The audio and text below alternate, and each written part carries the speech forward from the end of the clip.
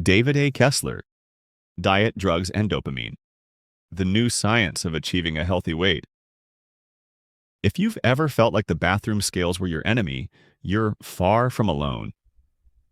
3/4 of the USA's population has struggled with obesity or being overweight. Health-wise, they pay the price with higher rates of type 2 diabetes, cardiovascular disease, sleep apnea, and more. Recently, GLP-1 agonist drugs, which you may know by names like Ozempic or Mounjaro, have proven effective at delivering lasting weight loss. Their remarkable efficacy underscores what many physicians and nutritionists already knew. Being overweight isn't about fitness or discipline, but about biological predisposition.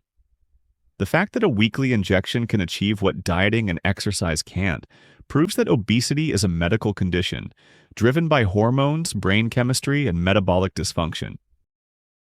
These drugs aren't a magic bullet, but combining new drug treatments with traditional weight management techniques like nutrition and behavioral therapy can bring near-magic results.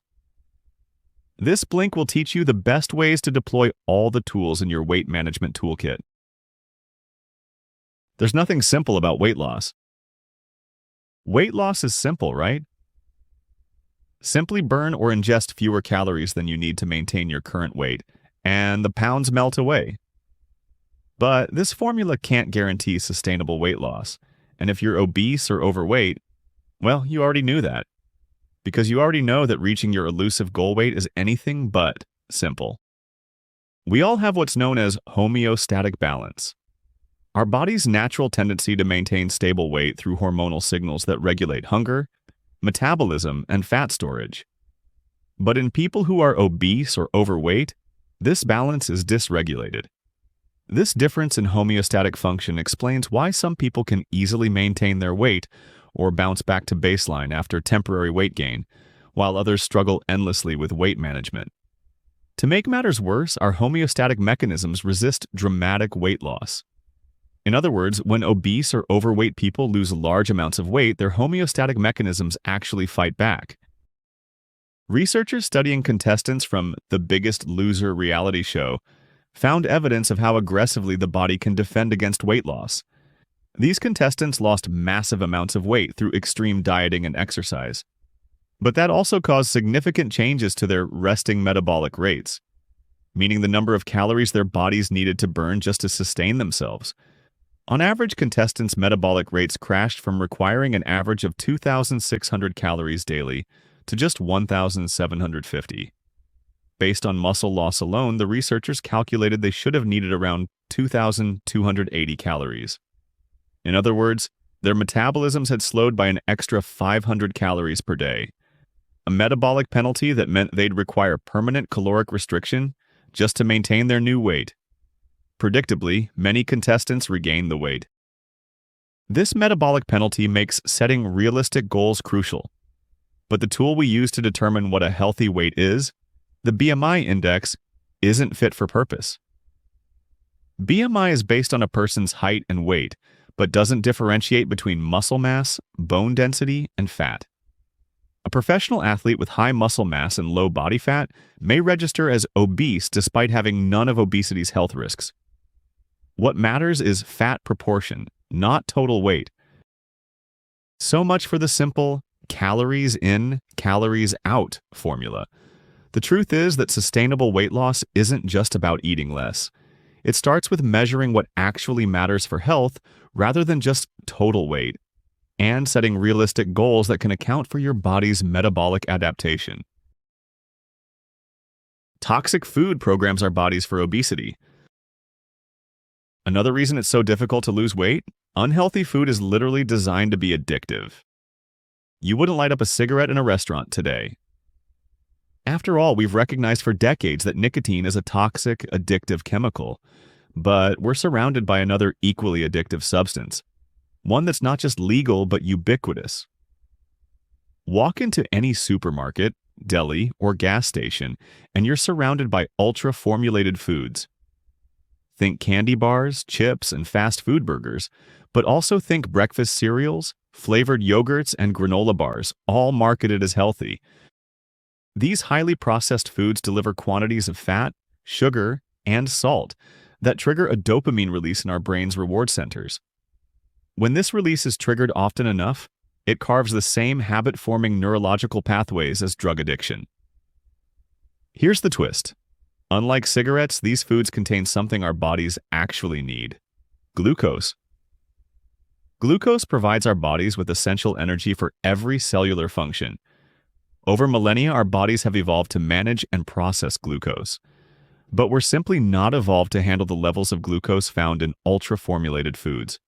These quantities of glucose effectively flood our gut receptors, which, in turn, supercharge our nervous system's addiction pathways.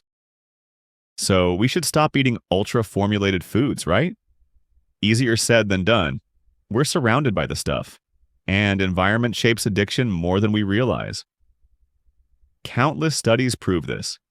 Here's just one.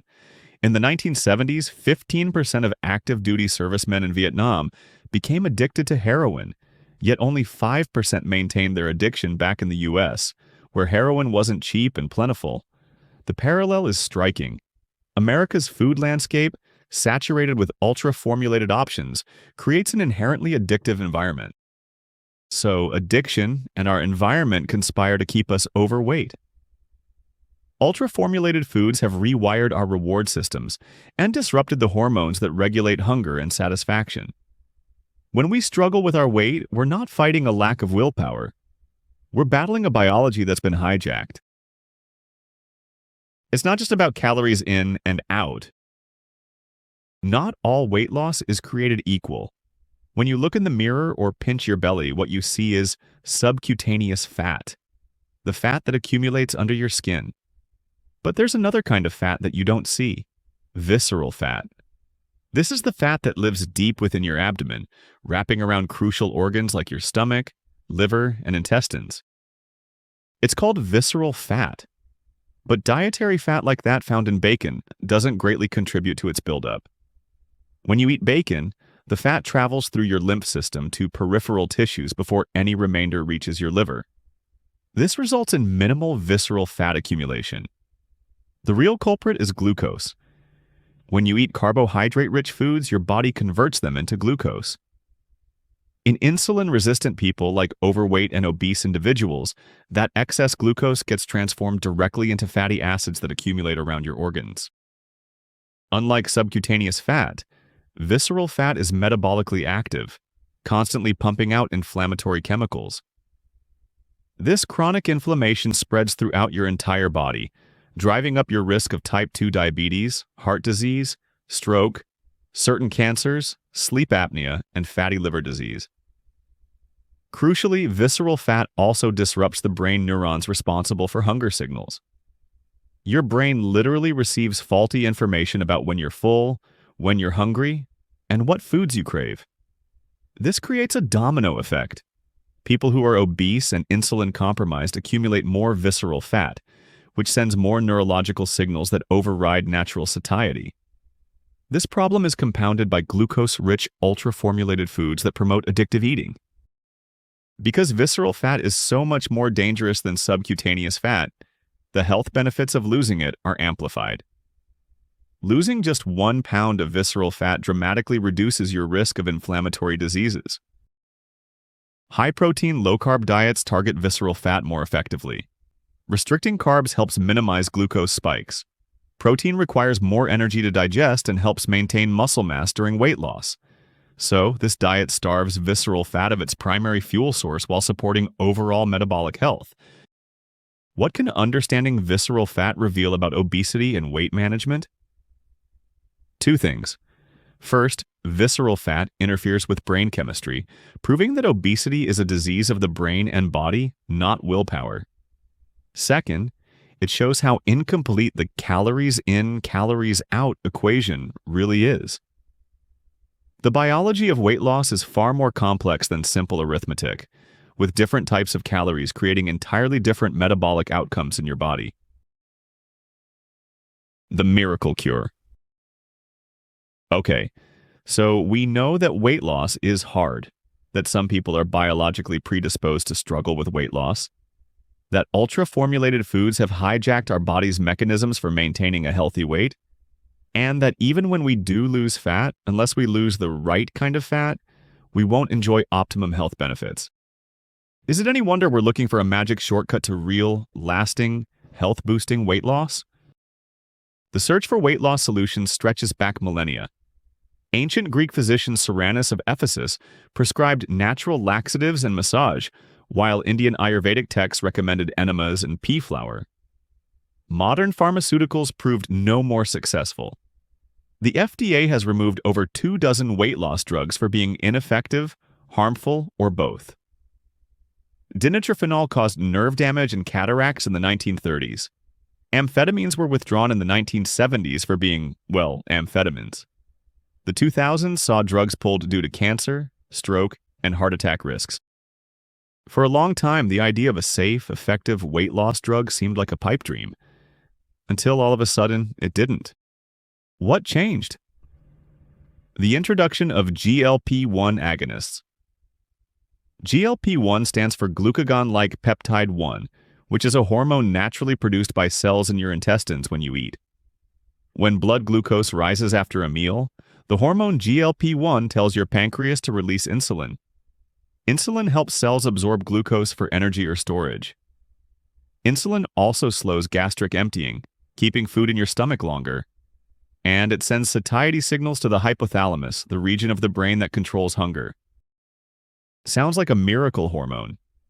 And it would be if it weren't for the fact that your body only produces small amounts of GLP-1, which then breaks down within minutes. But then, scientists succeeded in creating a turbocharged synthetic version of the GLP-1 hormone. Instead of lasting mere minutes like natural GLP-1, these modified versions circulate for days, delivering much more powerful appetite suppression and satiety signals than your body could ever produce naturally. Researchers also developed careful weekly dosing regimens that gradually increase over months, allowing the body to adjust to higher GLP-1 levels. The results have been revolutionary. 65% of patients lose over 20% of their body weight, with some losing up to 56%. For the first time, medication can specifically target the neural pathways that control hunger and fullness. Don't dismiss the diet. The arrival of GLP-1 drugs raises a question. Are traditional weight loss strategies like nutrition still relevant? Changing your diet can typically result in weight loss of between 4 and 7% of your total body fat. Medications can deliver 15 to 20% weight loss. Why bother counting calories when a weekly injection delivers far better results? Well, medications aren't a permanent solution. Most people eventually stop taking them for various reasons, be they cost, side effects, or personal choice. Once off the medication, they still need sustainable eating habits that support both weight loss and maintenance. A weekly injection can't address the underlying issue of food addiction. Nutrition therapy specifically tailored to treat the addiction and reduce satiety caused by ultra-formulated foods can. Medication can stop the dopamine that floods your brain when you eat glucose-saturated ultra-formulated food. But in the longer term, you can also eat your way out of reward responsiveness. How? Focus on eating whole foods with intact cellular structures. Think steel-cut oats rather than instant oatmeal, and whole apples rather than applesauce. These unformulated foods retain natural barriers that slow your digestion and won't deliver those glucose spikes that trigger cravings. Protein, too, should be central to your diet as it requires more energy to process while helping you maintain stable blood sugar. Carbohydrates aren't the enemy, but they're best eaten when you plan to be physically active. This ensures your body will use the glucose that carbs produce for energy rather than storing it as fat. The real power of GLP-1 drugs isn't replacing nutrition therapy, but enhancing it. These medications can help you learn to eat more healthfully and recognize when to stop eating. At different points on your weight loss journey, you might rely more on medication. At others, solely on diet. You make hundreds of dietary decisions daily. Mastering both medication and food science gives you the best chance for long-term success. Weight management has a mental dimension. The science is clear. GLP-1 drugs can dramatically change your weight, but in combination with a more holistic approach to your overall health and psychology, they can do much more. They can dramatically change your life. Your weight management toolkit should include not only medication, fitness, and nutrition, but a focus on mental health, behavior, and sleep. Understanding your emotional relationship with food will help you make lasting behavioral changes. Cognitive behavioral therapy for emotional eating will uncover the differences between the intention behind your eating and the actual outcome you experience afterward. You might eat seeking comfort or distraction, but ultimately experience guilt and regret. Rather than focusing on what you eat, this therapy examines what happens just before you engage in emotional eating. Therapists help you recognize trigger feelings like boredom, anger, stress, guilt, or helplessness. When you understand your triggers, you can create alternative responses, which don't involve reaching for comfort food. Research on delay discounting shows that your brain naturally values immediate rewards compared to future benefits. That cookie in front of you feels infinitely more important than preventing diabetes in your next decade.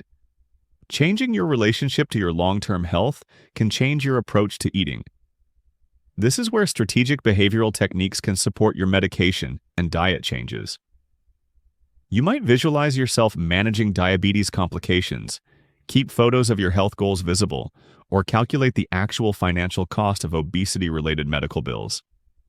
These techniques help you think differently about food choices by making future health problems feel real and immediate. So, are GLP-1 drugs a miracle cure? Yes and no. Yes, they can deliver dramatic weight loss. No, they can't fix your relationship with food or rewire decades of emotional eating patterns. The real breakthrough isn't the drug itself. It's finally having a tool powerful enough to give you space to address everything else. That's when the real transformation begins.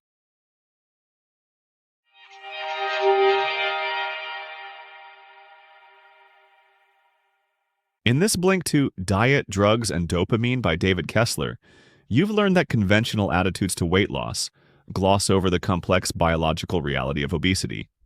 Revolutionary GLP-1 drugs like Ozempic are the most effective treatment yet for weight loss. But they're not a magic bullet. They're most effective when combined with targeted nutrition therapy that focuses on whole foods and behavioral interventions that address emotional eating patterns.